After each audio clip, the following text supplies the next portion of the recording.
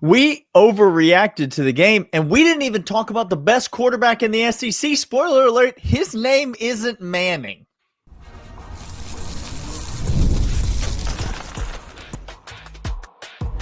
You are Locked On Bulldogs, your daily podcast on the Georgia Bulldogs. Part of the Locked On Podcast Network, your team every day. Welcome back. This is Locked On Bulldogs, part of the Locked On Podcast Network. Guess what? The number one podcast source, number one expert source for all things Georgia Bulldogs. We're not making that up. That's literally what has happened on this podcast. Glad to have you here with us. Today's episode brought to you by FanDuel, FanDuel.com. More on them in a moment. Here's what we're talking about today. We're going back, and we're looking at things that we missed. Sometimes it's hard to gather everything into one concise overreaction time, Daniel. It's very difficult. It is. We're caught up in our feelings. We've got a lot of things that we want to discuss.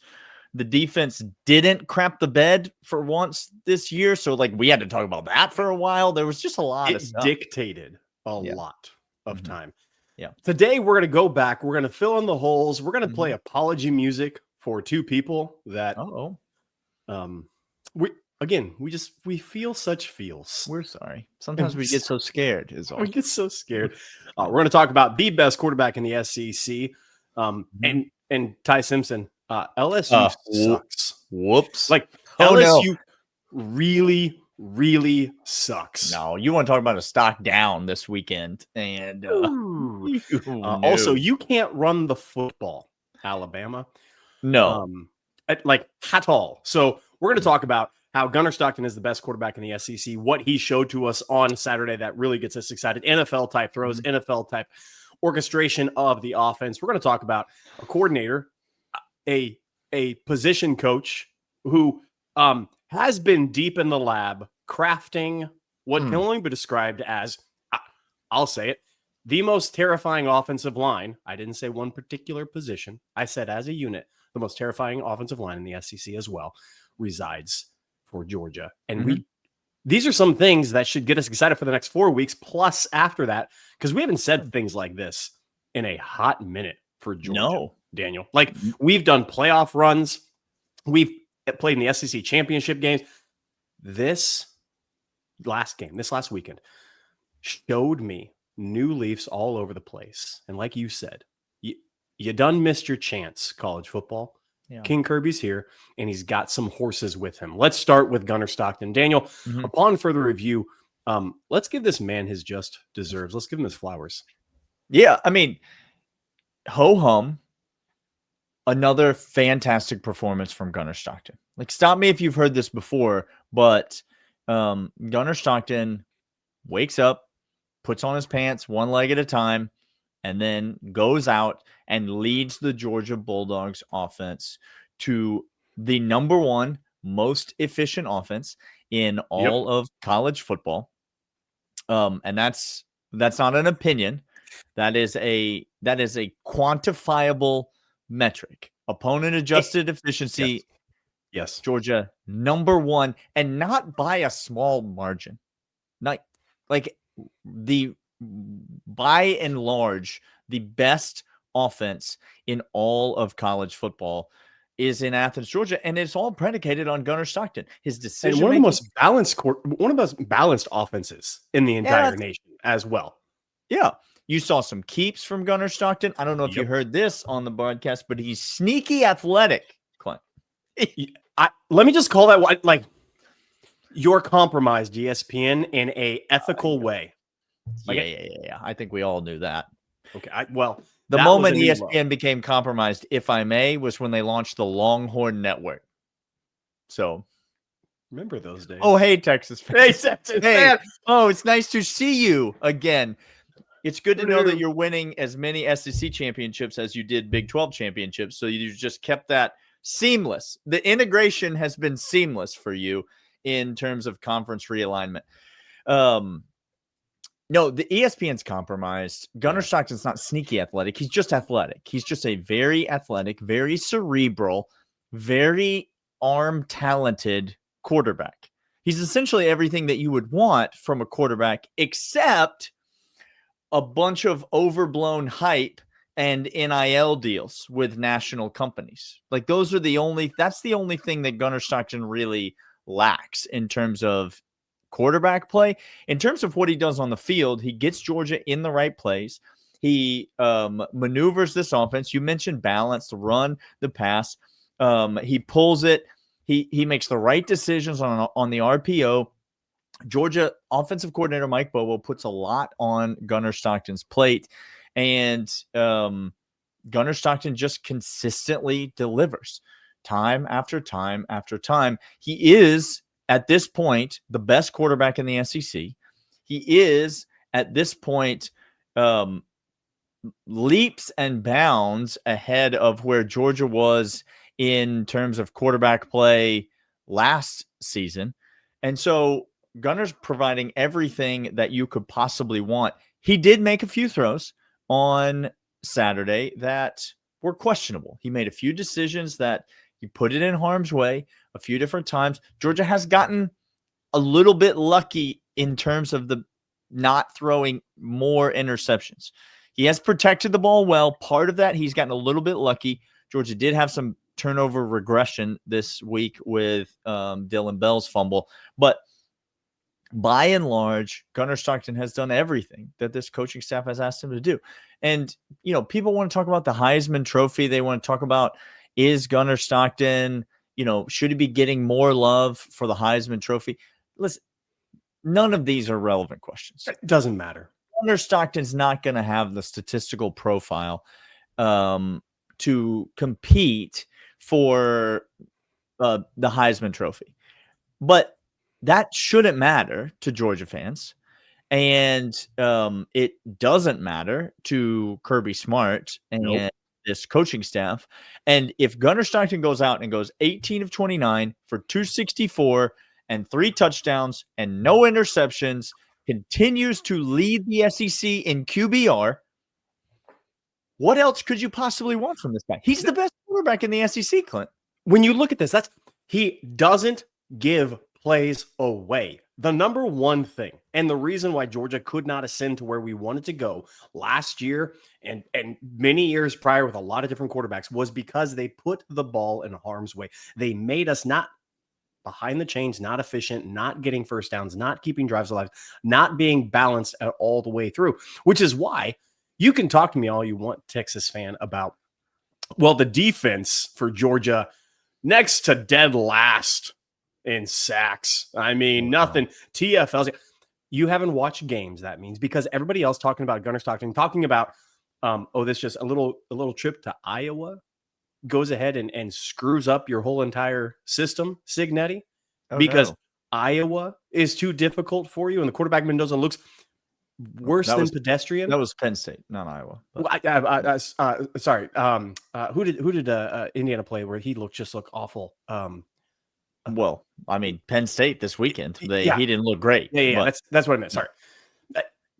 This entire thing for Gunnar Stockton is predicated on him not turning the ball over, on making explosive plays, and masterminding this entire offense single-handedly. Being here's what we need from you, Gunnar. We need you to run the ball, make good decisions, keep the ball out of harm's way, and even those throws that do look a little wobbly, they haven't been forced throws. They've been misplaced, a little aggregate, a little bit, but they haven't been forced. This guy is not a try-hard. He's an absolute machine on this offensive side. We're going to come back after this. We're going to talk about a position coach that you and I, Daniel, we said some things, and we need to make them right. But first, these.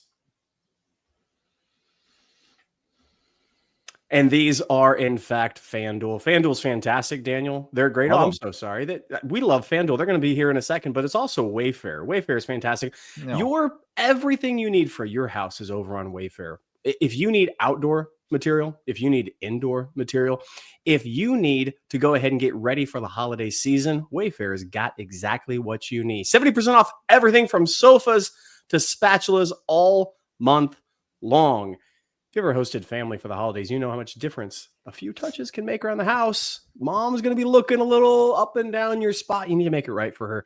Don't miss out. early Black Friday deals. Head to wayfair.com now to shop Wayfair's Black Friday sale to 70% off. That's wayfair.com. Sale ends December 7th.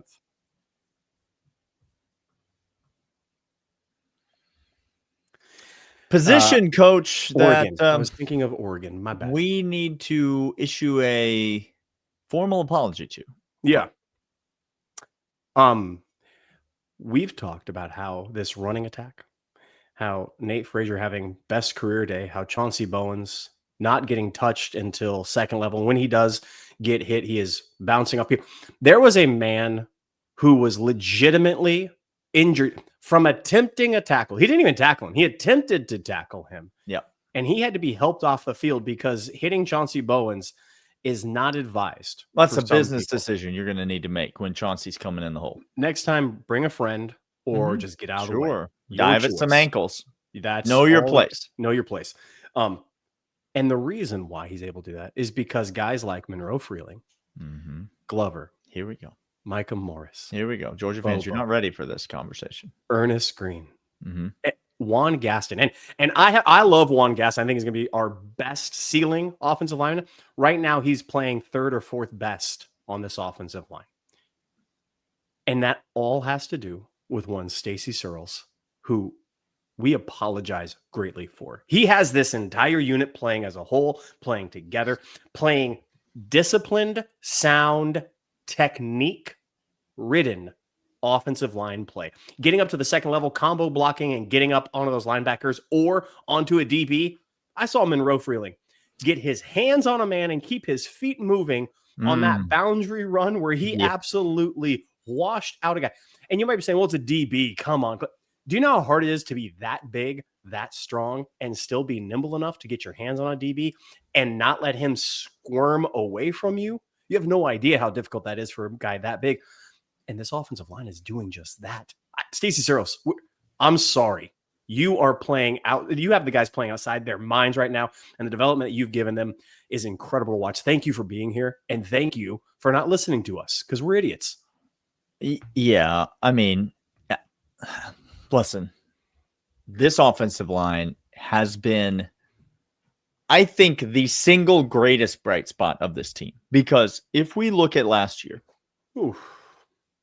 what were the areas that were just absolutely deplorable? The wide receivers could not catch the ball.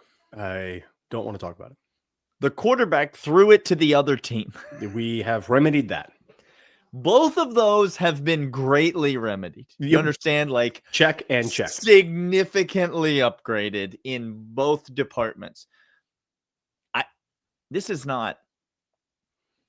People kind of get on us sometimes about like just getting on here throwing shade. It's not about throwing shade. No. You cannot overstate the Carson Beck effect on this team.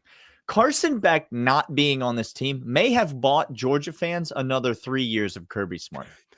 That we're not hyperbolic with. Look at the man's face. He was talking to the Jets. He's the happier. Man was dejected, and he said so after the game. He said, "Yeah, that was fun that first half. I had to go looking for things to complain about." Yep, because he's happy again, guys. He's happy again. So we upgraded those two areas greatly. But when you looked at last year, the one thing that stood out about this Georgia team, stop me, Alabama fans, if you've heard this before. We were outside the top 100 nationally in rushing. Whoops. That's you right now, Alabama. So, by the way, Texas fan, come back tomorrow and the rest of the week when I start jumping out stats of how every single metric about your offensive line is subpar for average SEC teams and average teams in the nation. Well, but the Texas offensive line played so well against Georgia in the two meetings last year, right? And they had first-round NFL talent that they still have. He's still those. No, they got rid of every single one. Okay, so they lost their best players, and last year their best players got absolutely destroyed by Glenn Schumann, Kirby Smart, and the Georgia defense. By a less than stellar defense. Stop me if you've heard this at all, Texas fan. So the Georgia problem last year was that they absolutely could not run the ball. Now, I don't mean to be the stater of the obvious, But Nate Frazier is still Nate Frazier. He's the same guy. He's the same guy. Chauncey Bowens is a significant upgrade over Etienne. He's a significant upgrade. He did some work in this offseason, and he's not the same guy. That workout and dietary restriction that you were on, you need to publish that for us, and I need to go ahead and get me some of that. Let me tell you this, Clint. You can't. You can't. I just want. No, I don't think that's the way that it works. No, fine. Chauncey Bowens has been an upgrade. Yeah. But this run game has flipped on its head because of this offensive line, because of the play of the offensive line. And everybody's falling all over themselves. Dylan Fairchild, Wilson, Tate Ratledge. Georgia can't replace these entrenched stalwarts on the offensive line. Oh, no. But see, what had happened was a 17-year-old kid at the beginning of the season came in. I'm not saying what I'm not saying here, but I am saying what I am saying. You follow? I'm following. He was better than Tate Ratledge was for Georgia last season. The 17-year-old kid played at the beginning of the year. I'm just saying what I see. And it's by no stretch of the imagination. Again, turn on the game again. And instead of looking at Zachariah Branch, absolutely filthy work, instead of looking at Nate Frazier and Chauncey Bowens, take the rock, because that's where your eyes go to. Just watch 2 quarters. Don't even watch the whole, just 2 quarters worth of eyes fixated on the trenches. And you will remember again, oh, this is Georgia football. What we just saw on Saturday, people. The line of scrimmage is reset 2 yards in front of our offensive line and 2 yards behind our defensive line. We're not getting pushed around. We're not getting thrown around. We are taking the attack. We're taking the fight to them. Incredible hands, incredible feet, incredible eyes, and incredible discipline to get up on the second level. And these guys are playing well with each other. You see a couple of times where they have a duo block where one guy will look back and say, I don't need to bother myself with that anymore. I'm free to release up because my boy next to me, he's got this block all by himself. I'll go knock out somebody else as I free up defenders. The bell runs on the outside. I'm fine with those runs because they break off. I'm fine with the screen games. Again, anybody who hates the screen game, you haven't been watching games. Because it is a massive improvement. And when you get Monroe Freely, when you have one wide receiver and you have guy getting a screen out there, comes off in the flats, and Monroe Freeling is the one who sets the edge and goes and gets that corner. Guys, we can mess with opponents' game plans on formation, knowing at any time we can go block anybody. And you try to take something away. 3 phases of the game. Deep ball, check. Run game, check. Extension of the run game, screen game, check. Power run game, check. I mean, RPO, everything is clicking. And Stacey Searles is a big reason why. Again, most terrifying offensive line in the SEC. I'll take any defensive line against us, and I'll say, let's ride with these horses all day long. Yeah. I mean, and listen, we're going to talk about it tomorrow when we talk about, when we really jump into Texas. We're going to talk about it. Texas has got a really formidable defensive front. They have been really good against the run. We're going to dig a little deeper into some of those things. Do you know who's better against the run? We're going to dig a little deeper into some of those things. Georgia's better against the run. Whoops. But they've got such an efficient passing attack. Don't worry about that. We're going to come back and talk about a couple more names that emerged on Saturday that, if you haven't been paying attention so far, it's about time that you started. But first, FanDuel. FanDuel's fantastic. NBA's back. No better place to get in the action. Even if you missed the start of the game, guess what? Jump in. Live bets are everything that you want to go ahead and get into, including who's going to score next, fourth quarter comebacks, even combined live bets, same game parlays, shot at bigger payout. It keeps everything more exciting. Right now, FanDuel is giving new customers $300 in bonus bets when your first $5 bet wins. Head to FanDuel.com to sign up and play your game with FanDuel, the official sports betting partner of the NBA. Trigger warning for certain people. Whoops, Mike White is building a monster. a monster. Talk about great offenses with efficiency, excitement, explosive plays, and no defense in the SEC that stop them. We could have been talking about Gunnar Stockton and Mike Bobo and this Georgia football team, or we could have been talking about Mike White and the basketball team. 120 points in 40 minutes, Clint. Is that good? I don't know. Math is Significant to hard. some. It's look. So in Math- basketball, the Yeah. average is around 100 in college basketball, right, No. Daniel? No, it's like 78. So we're an elite level offense in college basketball. Yeah. Don't let that distract you from the fact that there's a team that came in that's favored to win their conference, and Georgia beat them by a paltry 39 today on Sunday. Get in. 39. That's the lowest margin of victory, by the way, for Georgia on the season. That brings down our average. Hey, Florida fans, since you're still here, also trigger warning for you as well, Florida fan. Oh, no. You told me that you were glad Mike White left your building. Listen, we are glad he did too. That's Very fine. I'm not saying that Florida's not. I mean, Florida won the national championship in basketball last Doing year. great. Good for them. Yeah. We're pretty happy with Mike. We're very happy. We're fine with that. Also, he beat you last year. So that, well, that is names. We're naming names. Yeah, names are going to get named. Elias Williams is a name. Yeah. He's very good. Like unguardable. Yeah, thank you. That's a word we can use. Yeah. There is the more we get into the season, the more I see, the less apt I believe the Darnell Washington comps are. I don't see it. Guys, I don't know how to be. It's only because he's a giant human being. He is 6'7", so there is that. Okay. But I don't see the comp. I just don't. Stop. No, I don't. I see a comp of like Tony Gonzalez. Like that seems like a fair. So the guy that when he lines up on the field and you know it's going to him and you can't do anything about it. Yeah. That guy. Yeah.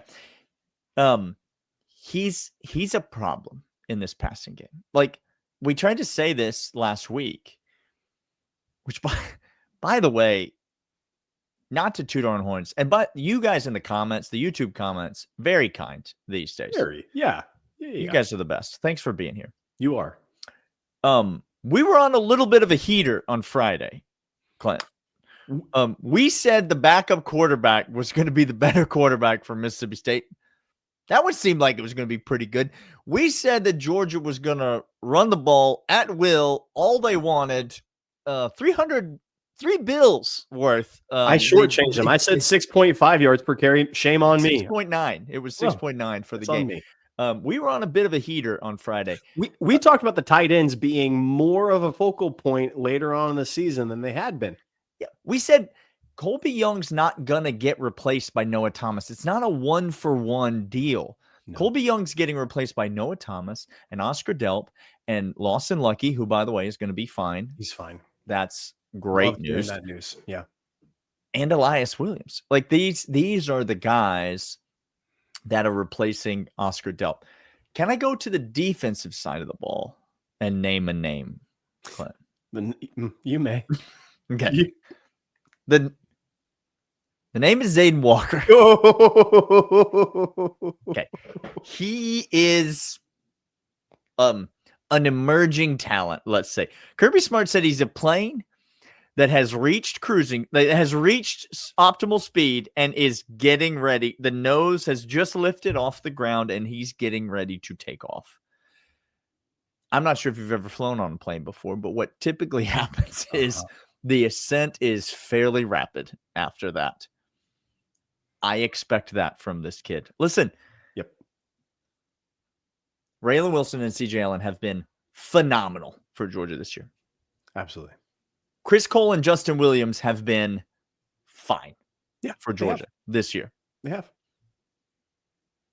There is room. We did not think there would be room, but I'm here to tell you there is room for this cat to start stealing snaps and getting onto the field and making his presence known. You saw it on Saturday, and you're going to see it on Saturday night between the hedges in Athens. Zayden Walker's here to stay, y'all. Raylan Wilson, CJ Allen are eraser type guys. They have that ceiling on them where a play kind of goes bad and they can clean it up and they can make it work and they can get in. And they've been outstanding. Those are two of the better linebackers in the SEC. CJ Allen, I believe, is the best linebacker in the SEC. Yeah, that's how he's playing right now. That's how he's playing right now, right? But Daniel, he's a predator out there, like Alien versus Predator.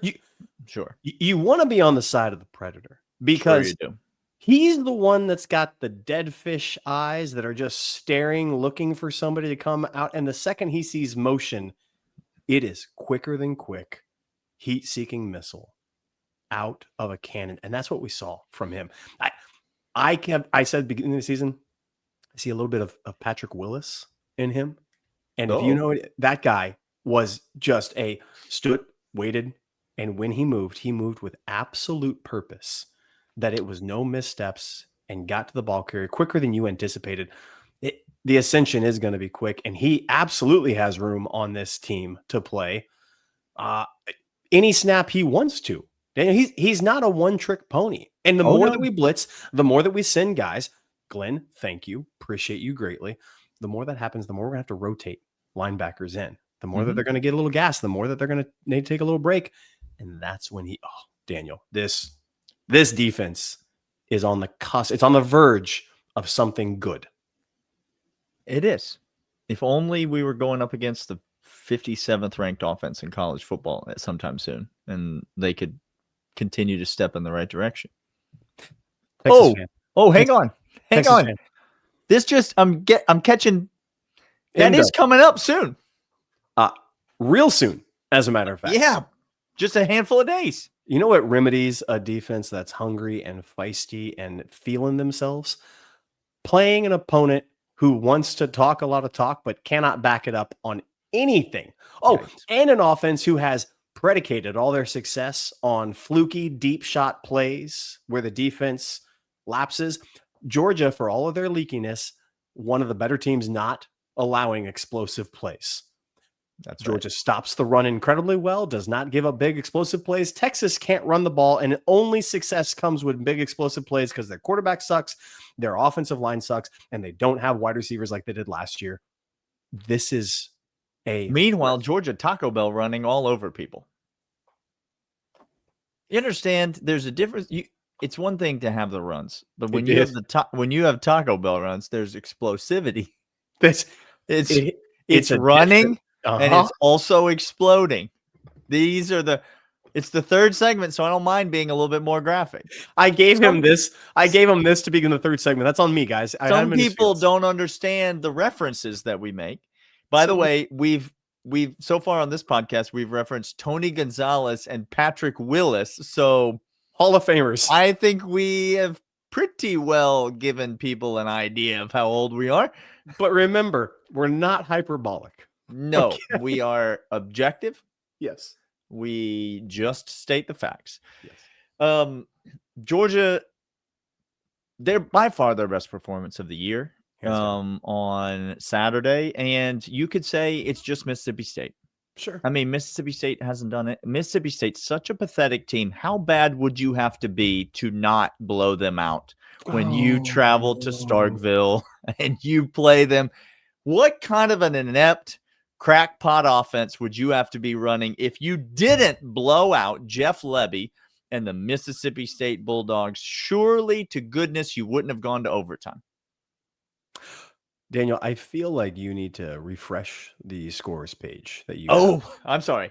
I've got Bleacher Report pulled up here. Let me click on another. Oh no, I see it now. Do you? Good. I see it now. It was hidden behind a Viore ad. So now I'm able to click over. You had those lenses. You had the prescription lenses coming. That's right. I minimized my Warby Parker screen where I was trying on pairs virtually. I'm so happy, Texas fan, you're here. Can't wait. Couldn't be more excited to have you and your never won anything in the SEC attitudes along for the ride on this podcast. You'll probably make and win the SEC title game this year, though, right? You're on track to do so. No. It's going well for you, though, so far, right? This year? No. This won't be your third loss eliminating you from college football playoff contention, will it? Well, You're not going to have to watch Oklahoma make the college football playoff after you beat them the way that Michigan did last year with Ohio State, are you? poetic. Oh, no. Poetic. You hate to see it. Yeah, you love to see it. He is Daniel. I'm Clint. We're here all week long. We're going to have shorts all the way out. Again, big announcement coming here in a couple of weeks for you to have more interaction with us.